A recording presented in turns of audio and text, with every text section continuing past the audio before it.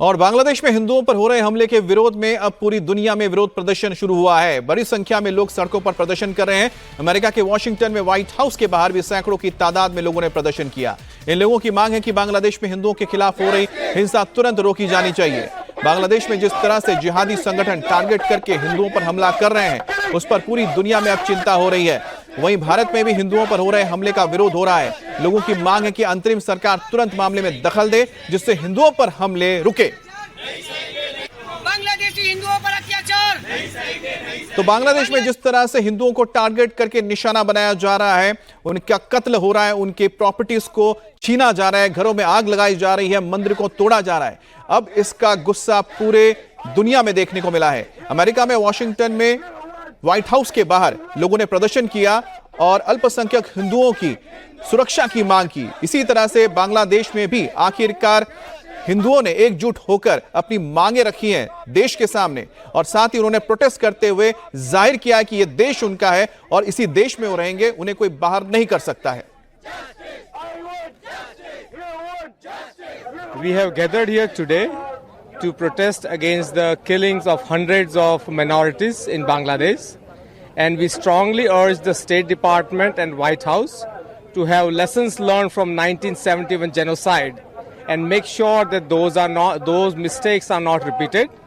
We strongly urge them to make sure that the culprits are brought to justice in a timely manner and the lives of minorities are protected in a timely manner as well. Dr. Yunus to immediately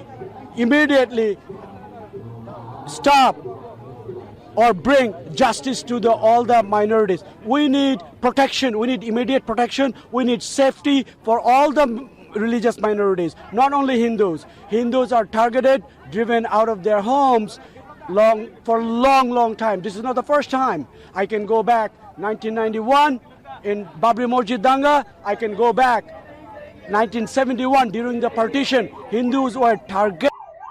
हम इस वक्त बांग्लादेश की राजधानी ढाका में है और ढाकेश्वरी यहाँ का बहुत प्रसिद्ध मंदिर है, जहाँ इस वक्त आरती हो रही है और तमाम जो लोग हैं वो मंदिर में भी हमें आसपास नजर आ रहे हैं। कुछ लोग हमारे साथ हैं, क्योंकि जब से अगर बांग्लादेश की बात करें तो यहाँ से शेख हसीना गई है, तब से इस तरह की खबरें भी लगातार आती रही कि बहुत सारे हिंदुओं के घरों पर अटैक हुए, बहुत सारे हिंदुओं पर हमले हुए, घरों को जलाया गया, ये तमाम चीजें हैं। तो हिंदू समुदाय के लोग बांग्लादेश के ढाका के इस वक्त हमारे साथ मौजूद है। सच्चाई जानेंगे इनसे कि किस तरह के हालात में लोग जी रहे हैं। लूटपाट हो गया, हमको मारधूर करा, मेरा व्यवसाय प्रतिष्ठान जो है सब कुछ लूटपाट हो गया, अग्नि संयोग दिया, हमारा माँ बहन जो है उसको धर्षण किया, रेप किया हमारे सामने। हमारे ग्राम में जेखाने विलेज, जेखाने जो ग्राम है आदुर ग्राम, कुमिल्ला, चट्टग्राम, मेहरपुर इस्कॉन टेम्पल में मेरे जो जगन्नाथ बलदेव सुभद्रा महारानी है, उनको भी लेट के छीट के फैला दिया है, पुरा दिया है। मेहरपुर ढाका से बहुत सारी दूर है। फास्ट मेहरपुर इस्कॉन पे लिख कर, दीवाल पे लिख कर फास्ट उसके लिखा है इस्कॉन बांग्लादेश की हम लोग बाइकआउट कर रहा है। और बांग्लादेश में कुछ है मिर्जापुर, जो न कि हमारे देश में नहीं हो रहा है हिंदू के ऊपर आक्रमण, जिस देश में जब भी सरकार की पतन होता है तब भी हमारे देश में सनातन के ऊपर टॉर्चर होता है, अटैक होता है। यहाँ जो होता है वो लूटपाट हुआ है, किस इलाके में हुआ है? सब इलाके में हुआ है।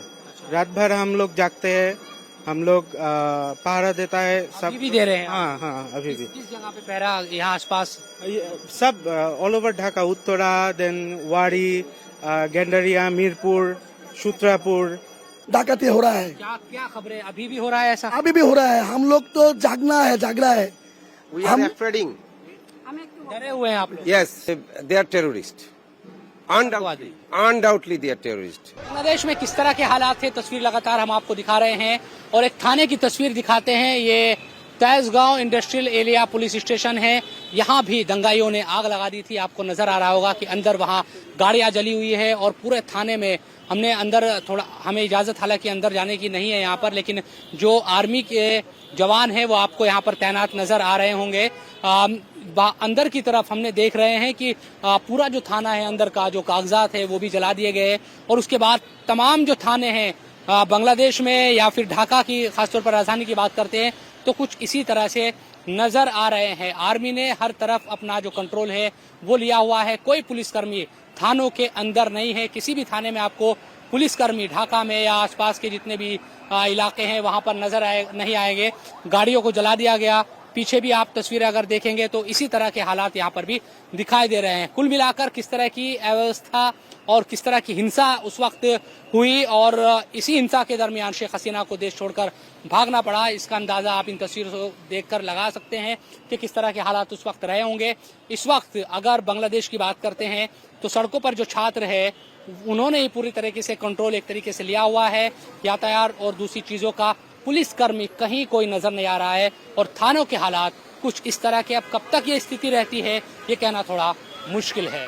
आपको सड़क पर मैं बार बार यही कह रहा हूँ कि इस वक्त पूरी जो बांग्लादेश की राजधानी है ढाका में कहीं पर भी आपको पुलिसकर्मी नजर नहीं आएंगे, क्योंकि पुलिस जो स्टूडेंट से भी हमारी बात हो रही है वो यही कह रहे हैं कि उनकी भी बहुत सारी डिमांड्स है, वो ड्यूटी नहीं कर रहे, इसलिए पूरी जो जिम्मेदारी है वो स्टूडेंट्स यहाँ पर निभाते दिखाई दे रहे हैं। इसके साथ साथ आपको बहुत सारे जो स्लोगन है अलग अलग जगहों पर, सड़कों पर और जो ट्रैफिक बस स्टॉप है यहाँ पर, दूसरी जगहों पर भी इसी तरह से लिखे हुए दिखाई देंगे। देखिए हर जगह पर यहाँ स्लोगन लिखे हुए हैं और हम हर जगह देख रहे हैं कि बहुत बड़ी तादाद में यहाँ पर इसी तरह से लोग सड़क पर हैं और कहीं पर भी पुलिस का जो निजाम जिस तरह से देश में होता है वो ढाका में कम से कम दिखाई नहीं दे रहा है। इस वक्त बांग्लादेश की राजधानी ढाका में मौजूद है और ये रोड मिनिस्ट्री का ऑफिस है, लेकिन इसके हाल देखिए कि इसको भी पूरी तरह से तोड़ दिया गया है। शीशे आपको